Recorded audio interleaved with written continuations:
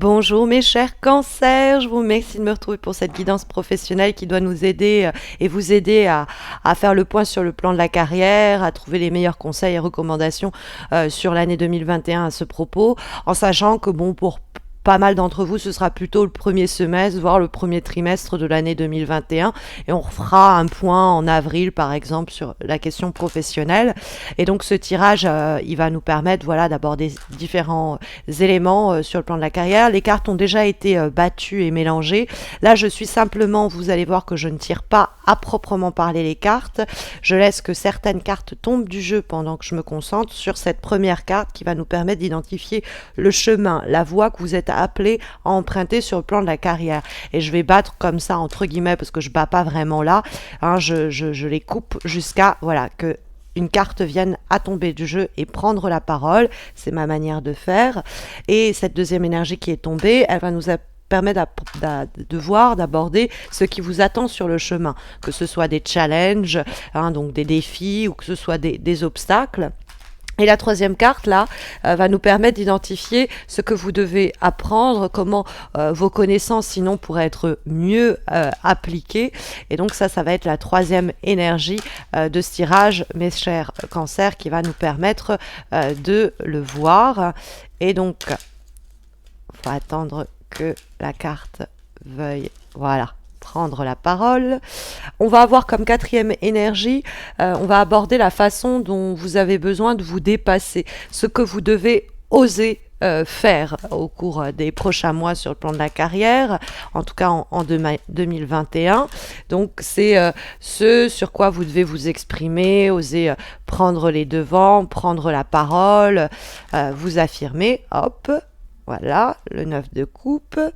Et puis ensuite, la cinquième carte va nous permettre d'identifier où vous devez placer votre attention et votre intention, c'est-à-dire comment vous devez exprimer sur le plan professionnel votre détermination au cours, mes chers cancers, des prochains mois, voire peut-être pour certains d'entre vous au cours des prochaines semaines.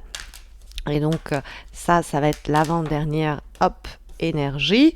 Et comme dernière énergie, on va avoir ce qu'il vous faut au cours donc de l'année sur le plan de la carrière, plutôt réfréner, apaiser, calmer, pondérer, ce que vous pouvez peut-être même voir un petit peu comme passer sous silence au cours des semaines et des mois à venir. Là, j'en ai trop. Et donc, ce qu'il va vous falloir comme un peu, dirait l'autre, réfréner.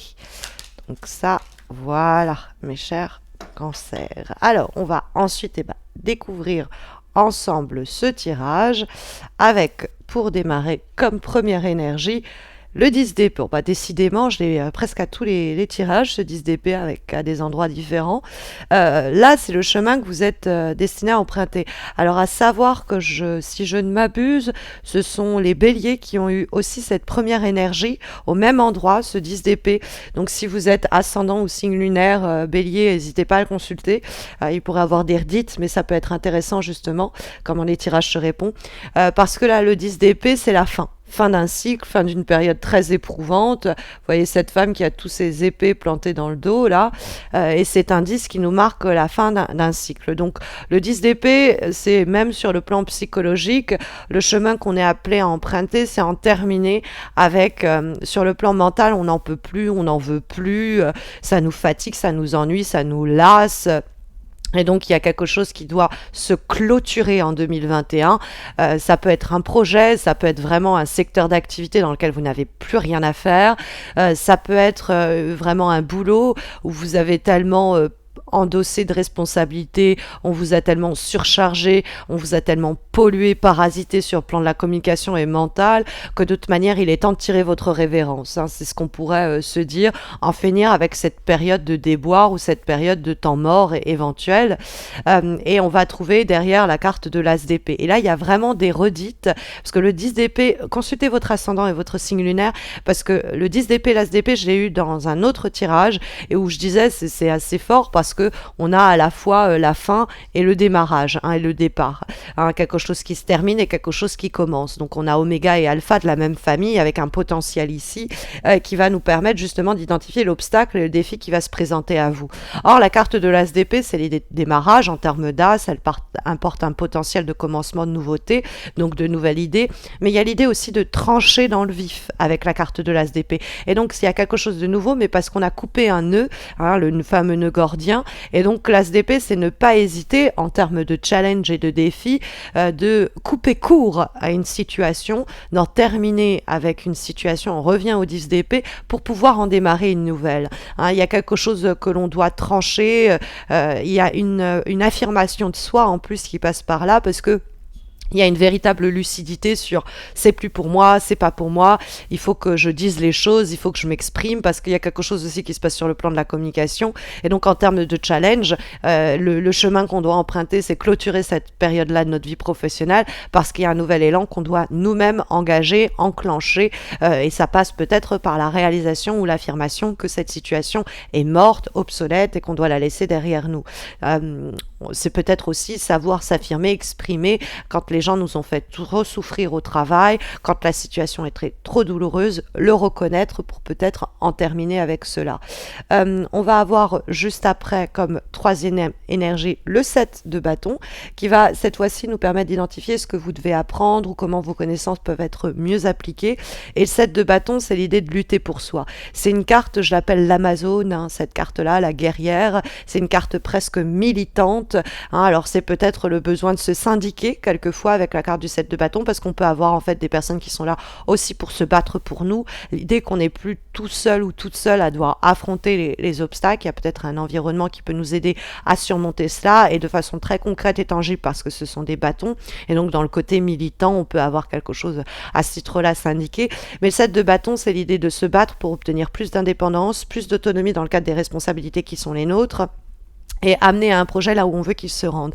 Et il va falloir, pour ce faire, affronter tous les bâtons qui sont là et qui font obstacle, mais le personnage est assez déterminé pour ne pas se laisser intimider ou par les personnes ou par les événements ou les obstacles et les challenges, et se dire je m'affirme, je sais ce que je veux, et donc je sais faire entendre ma voix, je sais trancher le nœud gordien quand c'est nécessaire, je sais dire ça c'est terminé, je ne l'accepte plus, et d'en terminer avec aussi peut-être tous les abus dont on a été éventuellement aussi victime, mes chers cancers. Donc il faut faire attention à ça, parce que c'est vrai qu'on a avec la carte du 10 d'épée des souffrances éventuelles sur le plan mental, et cette de bâton, il y a un peu, c'est Hulk quoi, il y a un côté un peu c'est bon, c'est fini, on me la fera plus, je vais me battre pour moi et je vais gagner plus d'indépendance et je vais emmener ma carrière là où je veux qu'elle aille. Donc il y a peut-être l'idée que vous avez déjà une combativité en vous et qu'il faut mieux appliquer cela, il faut encore plus vous faire entendre. Peut-être que vous avez aussi des connaissances qui vous permettent de vous affirmer et il faut le faire, et peut-être aussi que les connaissances légales, etc., de éventuellement un syndicat, de votre syndicat, peut vous aider à plus vous affirmer éventuellement dans votre cadre professionnel.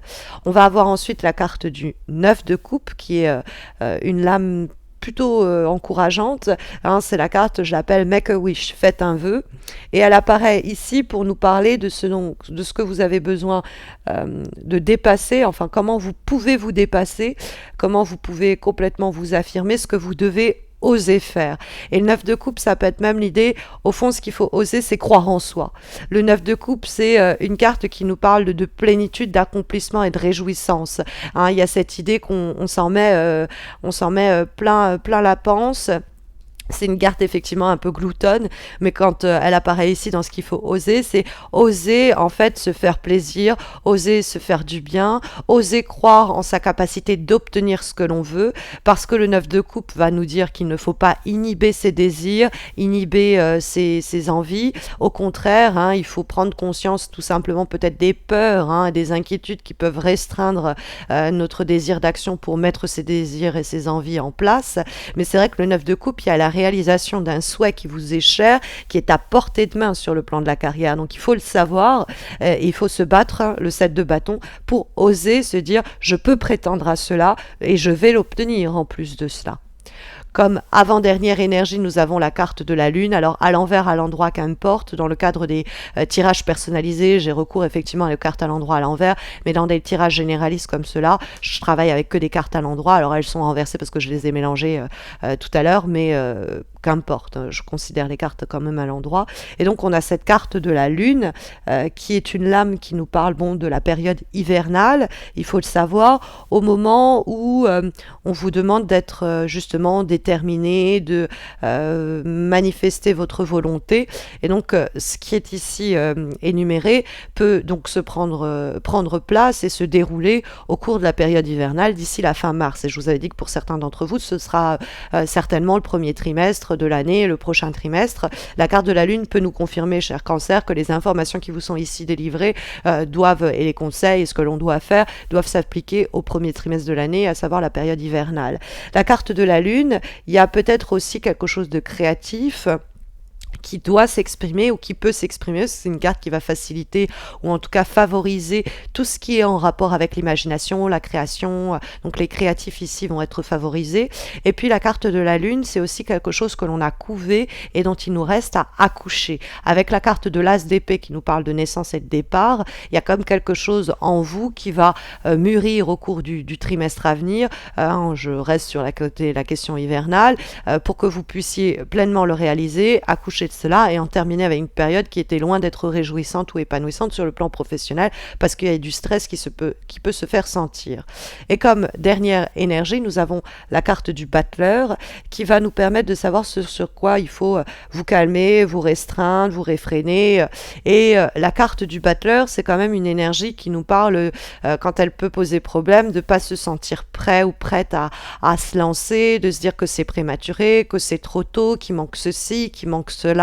Donc faites attention avec la carte de la Lune, notamment l'As d'épée, de ne pas vous laisser pourrir par ce qu'on vous a dit autour ou par vos peurs intérieures que vous pourrez projeter sur la situation professionnelle et qui pourraient vous faire démarrer plus tard que prévu ou plus tard que vous ne le pourriez, ce nouvel élan, cette nouvelle idée, ce nouveau projet professionnel.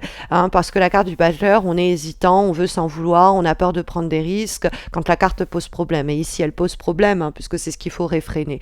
La carte du battleur, c'est à mon avis quand même cette idée aussi de se faire confiance. Et il y a peut-être des doutes qui peuvent être ici ressentis et éprouvés sur nos compétences, nos aptitudes, nos capacités à relever ce nouveau challenge et ce nouveau défi sur le plan professionnel quand on nous dit pourtant qu'on en a les capacités. Donc il y a quelque chose à surveiller à ce propos. Donc voilà la guidance que les cartes du tarot de Marseille vous délivrent aujourd'hui pour cette année 2021 professionnelle, mais ça peut plus simplement vous donner des conseils sur les prochains mois, les prochaines semaines, voire donc prochain trimestre, prochain semestre, quoi. En espérant que ça saura vous guider. Mais je vous retrouve de toute façon dans très peu de temps pour les horoscopes de février, pour de nouvelles guidances plus spécifiques aux prochaines semaines. Et puis on refera un point sur la question professionnelle en avril par exemple, pour voir ce que 2021 continue de nous réserver sur la question de façon plus précise, en espérant que du coup ce tirage saura vous aiguiller et vous guider au mieux au cours de l'année 2021, que je vous souhaite d'ailleurs la plus épanouissante possible sur le plan notamment de la carrière, mais sur tout le reste également. Voilà, prenez soin de vous mes chers cancers et à très vite.